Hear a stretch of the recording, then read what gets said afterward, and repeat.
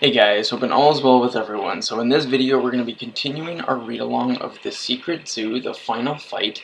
And last time we completed Chapter 6, so we'll be jumping into Chapter 7 today. And as always, I hope you guys enjoy the read today. And without further ado, let's begin. Chapter 7, Not So Wide-Walt. When school was dismissed, Noah went to his locker and pressed his forehead against the flimsy metal. He was exhausted. The specters, knowing it was critical to keep the dangerous animals away from the students and continue to keep the secret zoo a secret, had spent hours covertly combing the school to get rid of centipedes, tarantulas, and other insects from closets, the playground, and back rooms. They'd even cracked the combinations on the lockers to round up any secret zoo creatures inside. The scouts didn't know how the secret zoo creatures had gotten into their school. A hidden portal, perhaps, like Mr. Darby had said. And they didn't know if the creatures were part of DeGraff's plan, a diversion to keep the scouts and specters busy. Or were they just an unintended effect of DeGraff's new portals? As Noah dialed in his combination, he jumped at a loud voice in his ear. "Hey!" He glanced over his shoulder and came face to face with Wide-Walt. The school bully was smiling, his plump cheeks looking as red and round as tomatoes. Dave and Doug, Walt's friends, were standing off to the side, snickering in their usual way.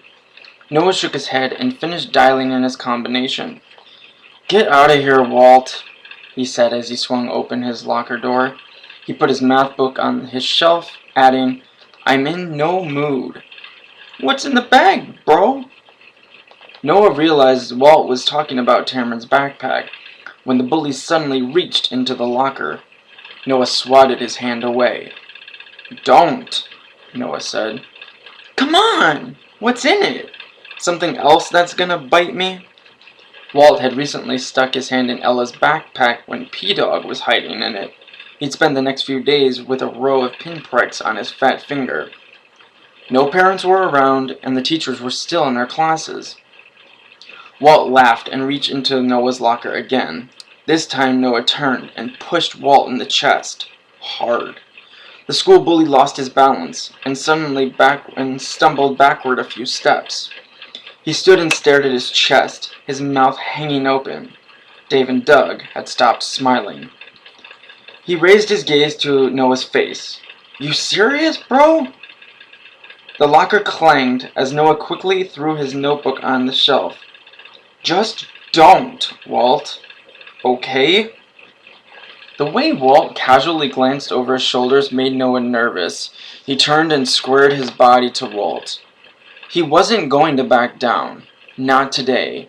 When someone grabbed his arm, he looked and saw Ella, Richie, and Megan were standing behind her. "Don't do this," Ella said. "Let's just go home."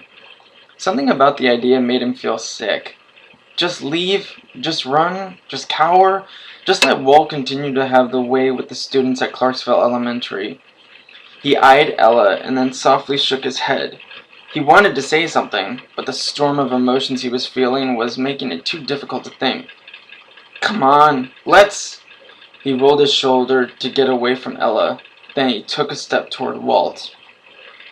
The noises in the hall had blended into a single sound.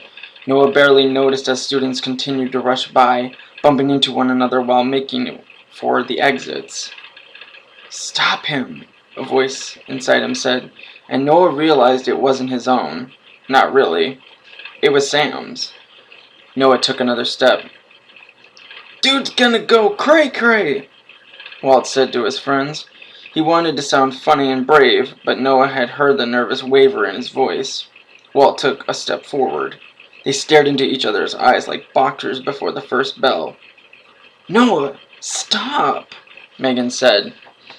He thought of Sam, Cameron, and the other Descenders. He thought of DeGraff, Charlie Red, and what might happen to this world at any moment.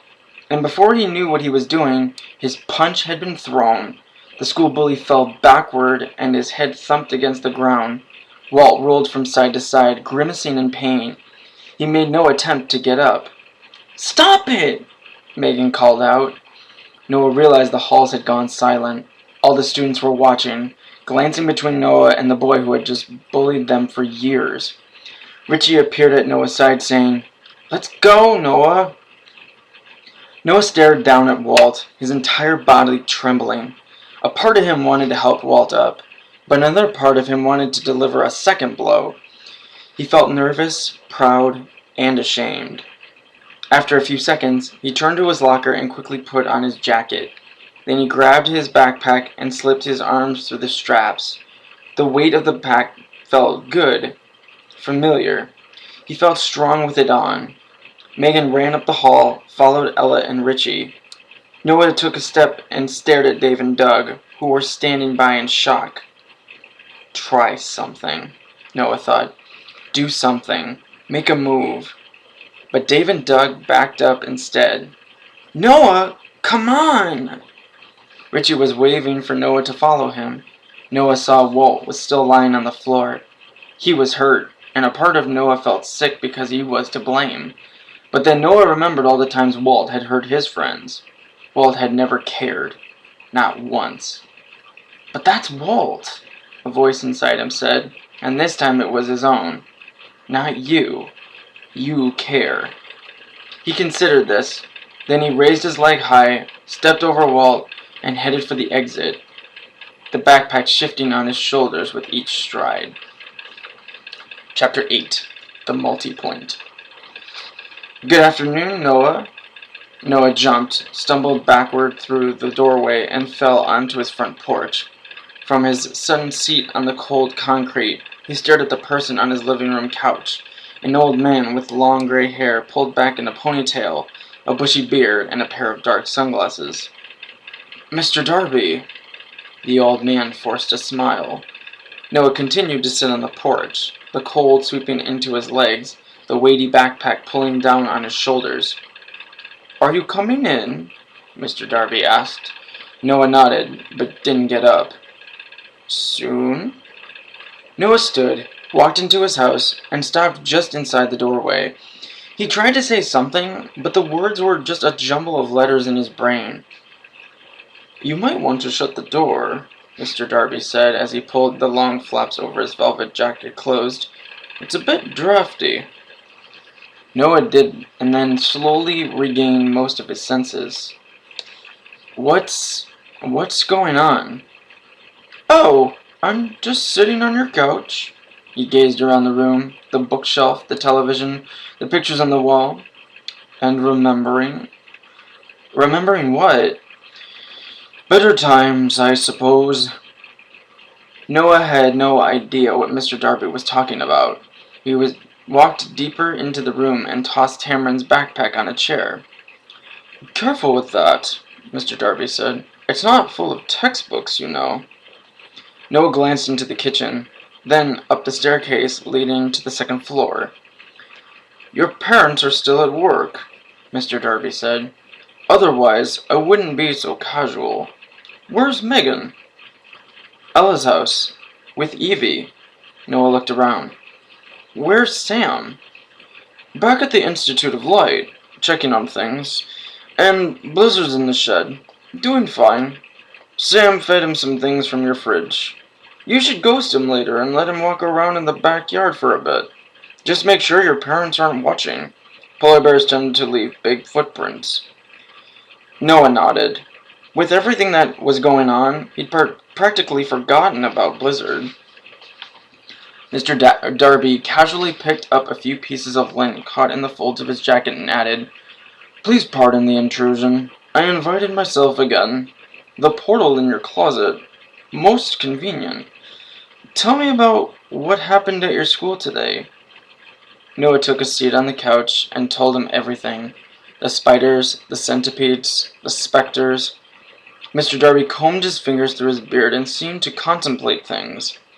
When Noah was finished, he stared at Mr. Darby's dark sunglasses and wondered about the old man's eyes.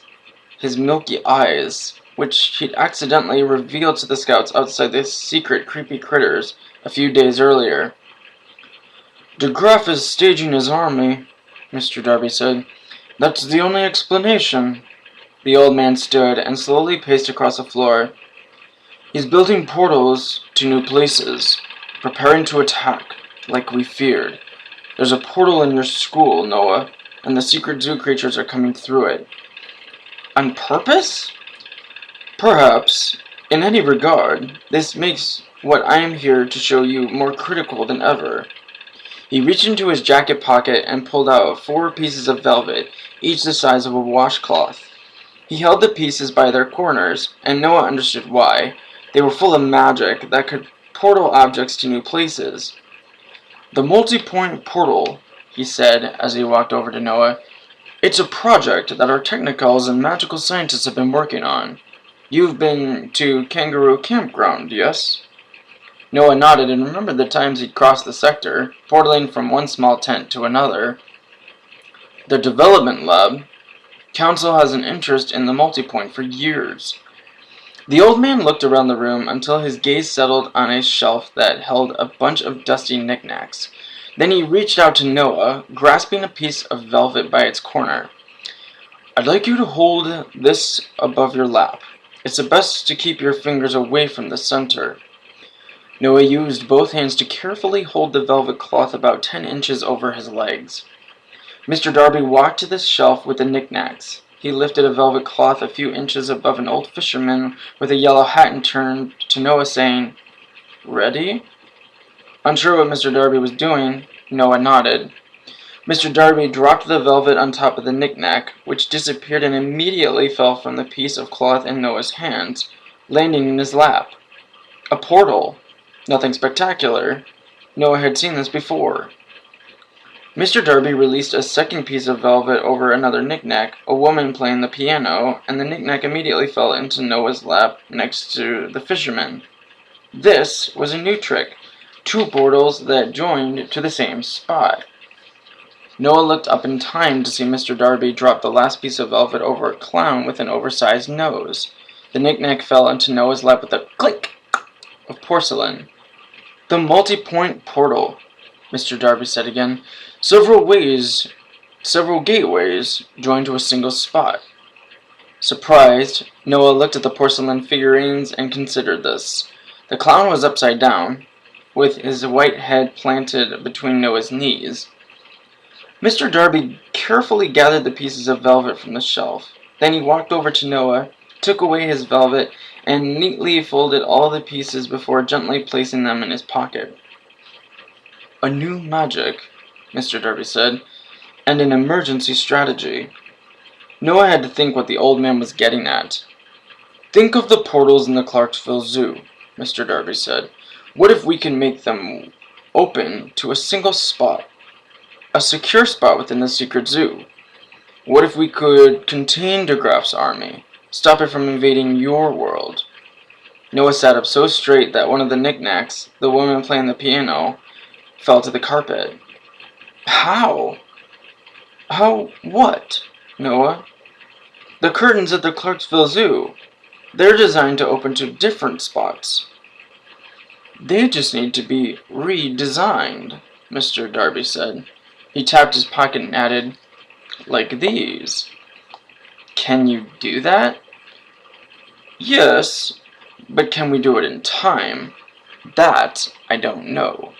Mr. Darby stroked his beard to a point and added, the portal will need to lead to a big open space. We have a place in mind, the courtyard in Koala Castle. Noah considered everything. So, any animal on its way to the Clarksville Zoo would end up in Koala Castle instead? Correct. The old man became quiet for a bit and then added, there is one issue, though. Noah waited for Mr. Darby to continue. The seconds that passed seemed like an eternity. We can't reverse the magic, Mr. Darby said at last. What do you mean? Once we implement the multipoint, we can't change the portals back.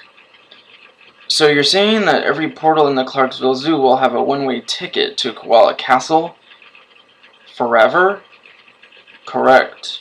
The portals will never function correctly again. They'll be decommissioned. Our worlds will become separate. Noah slowly shook his head. The secret zoo? Gone forever. Podgy, Blizzard, Little Bighorn. He could never see them again. I'm afraid the time has come for Operation Division, Mr. Darby said. An emergency plan for the segregation of the secret zoo from your world. It's been known for years, and reserved for a moment such as this. Mr. Darby frowned, and his shoulders slumped. He slowly shook his head, and it was clear to Noah that he hated the idea of the zoos dividing. But the animals, your mission. The secret society protects endangered. The work of the secret society wouldn't end, Mr. Darby said. Its individual groups would continue to protect endangered species just in the secret pockets around the world, like they once did. Noah didn't understand at first, but then he remembered that some of the crossers lived on the outside. Policemen, teachers, politicians, all were part of the secret society, a band of humans committed to animal conservation. He opened his mouth to protest, but words wouldn't come. He thought of his animal friends again.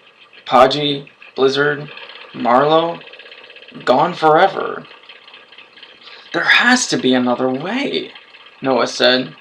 He stood up and the two knickknacks still in his lap dropped to the carpet. There isn't, Mr. Darby said. And right now, we need to focus on keeping our world safe, and what is necessary to do that. Noah reluctantly nodded, and tried not to think about saying goodbye to his animal friends for the last time. Mr. Darby picked up the fallen knickknacks. As he returned them to the shelf, Noah glanced out the window toward the street and thought about everything. Just outside his door, a war was brewing. Mr. Darby? Yes? Are you scared? The old man smiled, but there was no joy in it. I've been scared for a long time, young man. About the secret zoo? About lots of things. Mr. Darby was acting strangely, just like he had the previous day in the Institute of Light. As Noah watched the leader of the secret society organize the knickknacks, he said, Can I ask you something? Of course. The other day, on the staircase in the museum, you were holding something. A photograph.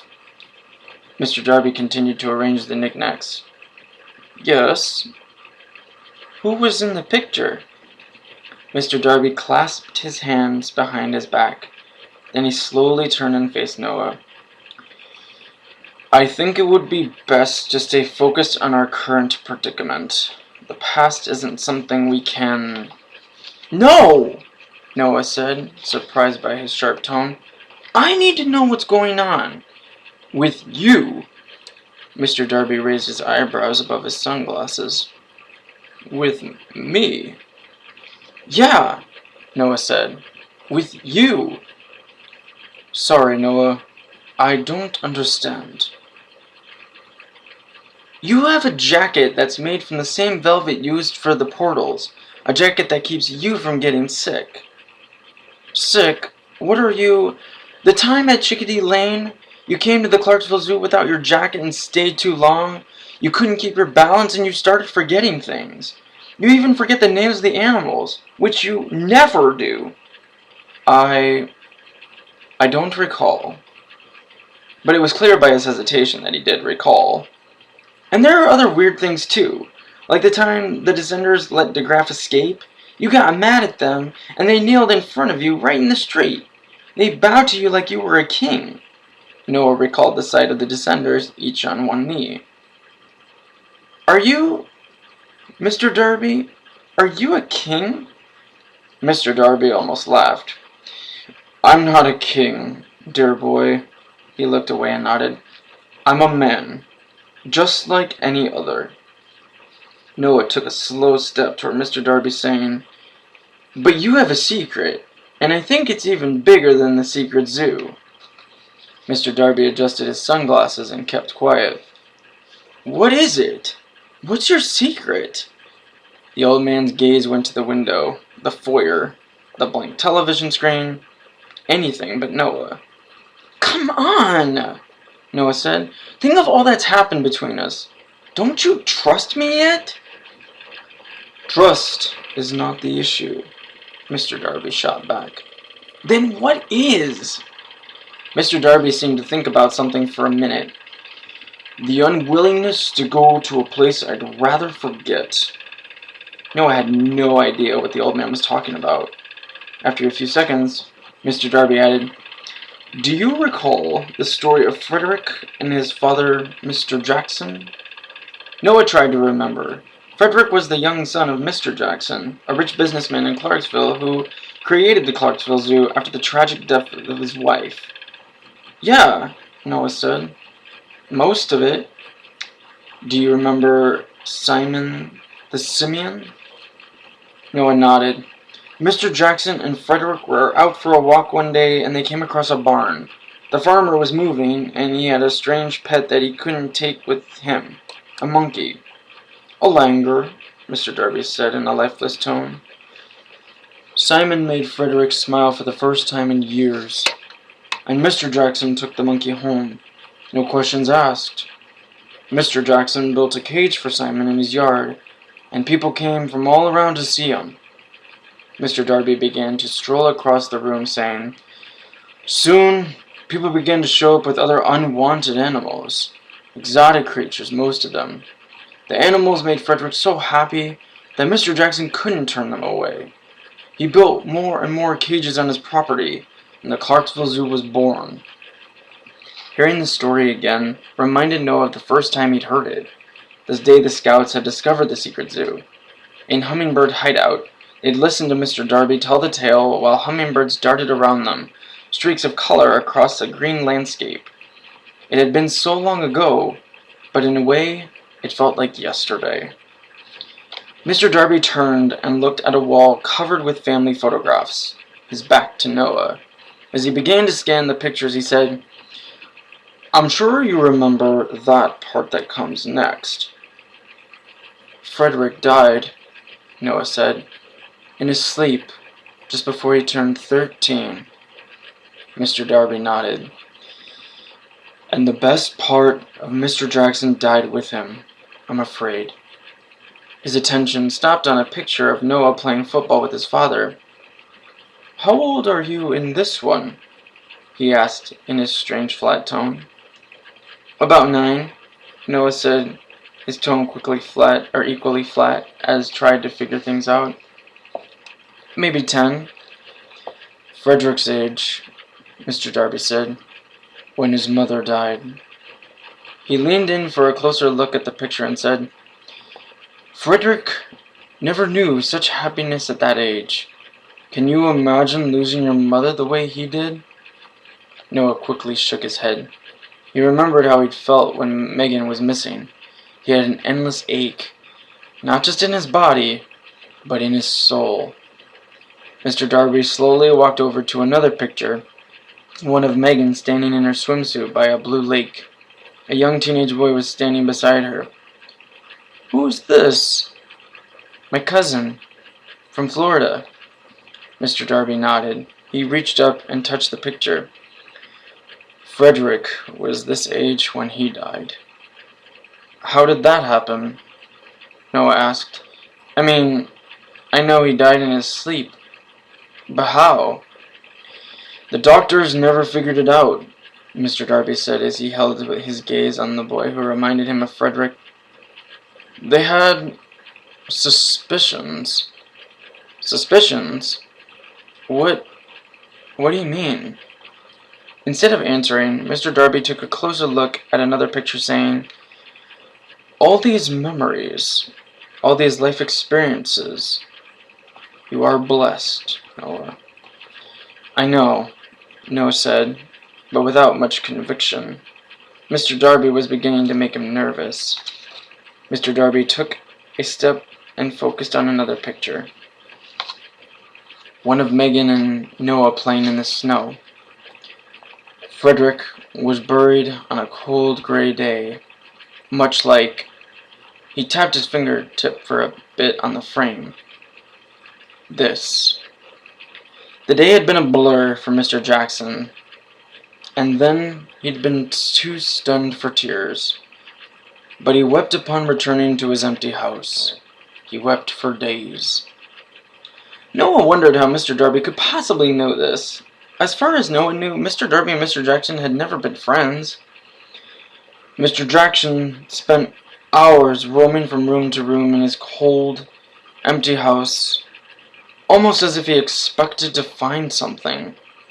Frederick, or Frederick's mother, perhaps. He was suddenly so alone. Most nights, he'd sit on Frederick's empty bed and pretend to be with his boy. There was no way Mr. Darby could know these things. Was he making them up? Mr. Darby walked to another place along the wall. Noah kept quiet, suddenly lacking courage to speak. A good life, Noah, Mr. Darby said as he looked at a picture of Noah's mother holding Noah as a baby. Noah tried to say, "I know," but the words wouldn't come. Mr. Jackson sank into depression and then madness. His dreams, when he managed to sleep, were filled with bleak memories. Noah couldn't stand it any longer. How could you possibly know all this?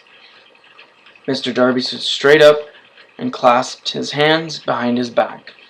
Then he slowly turned and faced Noah. His expression was so dull that Noah could barely see any resemblance to the kind man he knew. "Noah," the old man said, "I am Mr. Jackson." Noah's insides dropped. He took a step back, still staring at Mr. Darby, and bumped into an end table. The room seemed to teeter one way and then another. What are you talking about?" "I'm Frederick's father." Noah shook his head. "Mr. Jackson's dead." "Perhaps," the old man conceded, "but Mr. Darby is very much alive." Noah continued to shake his head. The old man liked to talk in riddles. Was he doing that now? "It's the magic," Noah said as he took a slow step away from Mr. Darby. "In your jacket. The magic is keeping you alive, just like the magic in DeGraff's coat is keeping him alive." Mr. Darby reached toward Noah, saying, "Trust that I—" A low rumble invaded the room. Noah and Mr. Darby looked out the window and saw a vehicle pulling up in the driveway. Noah's mother was home. Noah grabbed Mr. Darby by the sleeve of his jacket. "Come on! You have to go!" Mr. Darby nodded, and then the two of them quickly headed upstairs to Noah's bedroom. Noah ran to his window and peered out. His mother was taking something from her trunk, a bag of groceries. Noah turned around, expecting to see Mr. Darby making his way to the portal in his closet. Instead, the old man was looking around the room. "Mr. Darby! You have to get out of here!" "His room was like yours, Noah," Mr. Darby said. "Trinkets and games. Boys haven't changed so much in 100 years. "Mr. Darby!" Noah shouted. The old man looked his way, and Noah pointed to the closet. "Yes," Mr. Darby said. He headed across the room, adding, "You're right." Noah followed him into the closet. At the portal, Mr. Darby paused and looked back. "What if we can't stop him, Noah?" "Huh?" "DeGraff is powerful. Surely you've seen that." It pained Noah to hear the old man sounding so weak, so unexpectedly. "We will. The multi-point. We'll make it work." Noah thought of his family and his good life. All the pictures that Mr. Darby had pointed out on the wall. He had to keep his family safe from DeGraff, no matter what. "And if we can't?" Noah thought of the backpack by his front door, the incredible power inside it. "Then we'll fight. Win or lose. will fight the same. Yes, Mr. Darby said. A fight will feel good. The old man's expression changed. Noah, there's more to the story. More? Mr. Darby nodded. Noah heard the front door open. Tell me later. You have to go. Don't forget to take care of Blizzard, Mr. Darby said. Then he stepped through the curtain and fled Noah's world. And I'll stop the video there, ending chapter 8. But I hope you guys enjoyed the video today. As always, thank you so much for watching. I wish you guys all a very blessed, safe, and happy holiday season. And I look forward to seeing you the next time in our continuation of The Secret Zoo, The Final Fight. Take good care, you guys, and be safe. And again, thank you so much for watching. Bye.